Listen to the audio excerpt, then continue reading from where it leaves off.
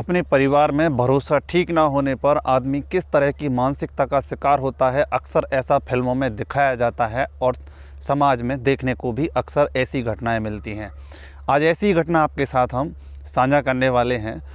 कर्नाटक के एर्नाकुलम में एक पति ने अपनी पत्नी की हत्या करने के बाद 18 महीने तक उसे अपने ही घर में दफन करके रखा और घर वालों को इस बात की भनक तक भी नहीं होने दी।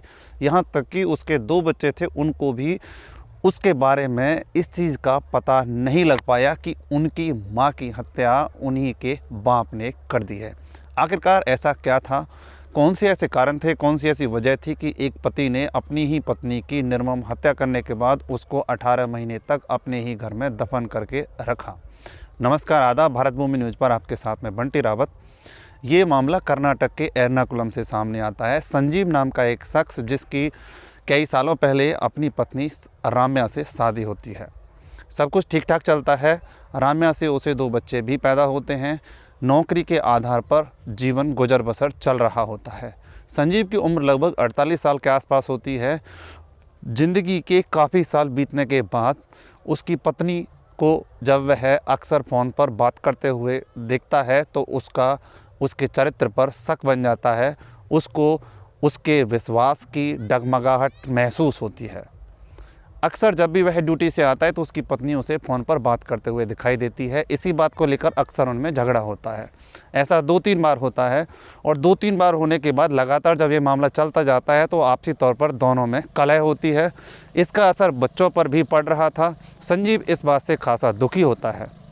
संजीव नहीं चाहता था कि उनके बच्चों के ऊपर उनके इस झगड़े का असर हो। वह इस बात का समाधान निकालने के लिए एक अलग ही आपराधिक मानसिकता का शिकार हो जाता है।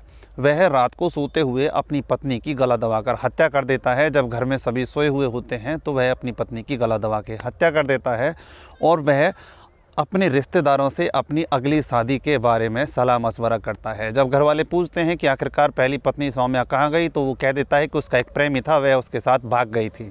अब परिवार वाले भी अपने शर्म की वजह से समाज में ये सारी चीज़ें शेयर करने से डर रहे थे और चुप रहने को मजबूर थे। उधर उसने पुलिस में भी इसके खिलाफ झूठी FIR दर्ज करा दी कि उसकी पत्नी किसी प्रेमी के साथ भाग गई है। जब उसका वीडियो कॉल डिटेल खंगाला जाता है तब कुछ मामला और ही बनता है। इधर राम्या के घर वालों को भी ये बात पता चलती है तो वो भी एकदम से शॉक्ड हो जाते हैं। जब बच्चे संजीव से अपनी माँ के बारे में पूछते हैं तो वो कह देता है कि उसकी माँ अपने प्रेमी के साथ भाग गई है। दरअसल वह संजीव ही उस महिला की हत्या करके अपने ही घर में अपनी ही पत्नी के शव को दफन कर देता है और किसी को इस बात की कानो कान खबर नहीं होती है। पुलिस का सा गहरा जाता है और पुलिस इस मामले को उजागर करने के लिए लगभग 18 महीने तक लगातार उसके ऊपर निगरानी रखती है, जांच करती है और जब संजीव के खिलाफ पुख्ता सबूत मिलते हैं तब पुलिस उसे गिरफ्त में लेती है। जब उसे कड़ाई से पूछताछ की जाती है तो मामला खुलता है। वह चाहता था कि उसकी पत्नी अपने प्रेमी को छोड़कर अपने घर परिवार पर ध्यान दे, क्योंकि काफ़ी अरसा बीतने के बावजूद भी वो इस मामले को छोड़ने के लिए तैयार नहीं थी, जिसका असर उसके बच्चों पर भी पड़ रहा था और संजीव ऐसा बिल्कुल भी नहीं चाहता था। इसी के चलते उसने अपनी ही पत्नी की निर्मम हत्या कर दी और सबको अपने ही घर में दफन कर दिया, जिसकी किसी को कानों कान तक खबर नहीं हुई। इस तरह की आपराधिक मानसिकता का शिकार केवल बनने का मतलब इतना था कि उन दोनों के भरोसे में कहीं ना कहीं कमी थी।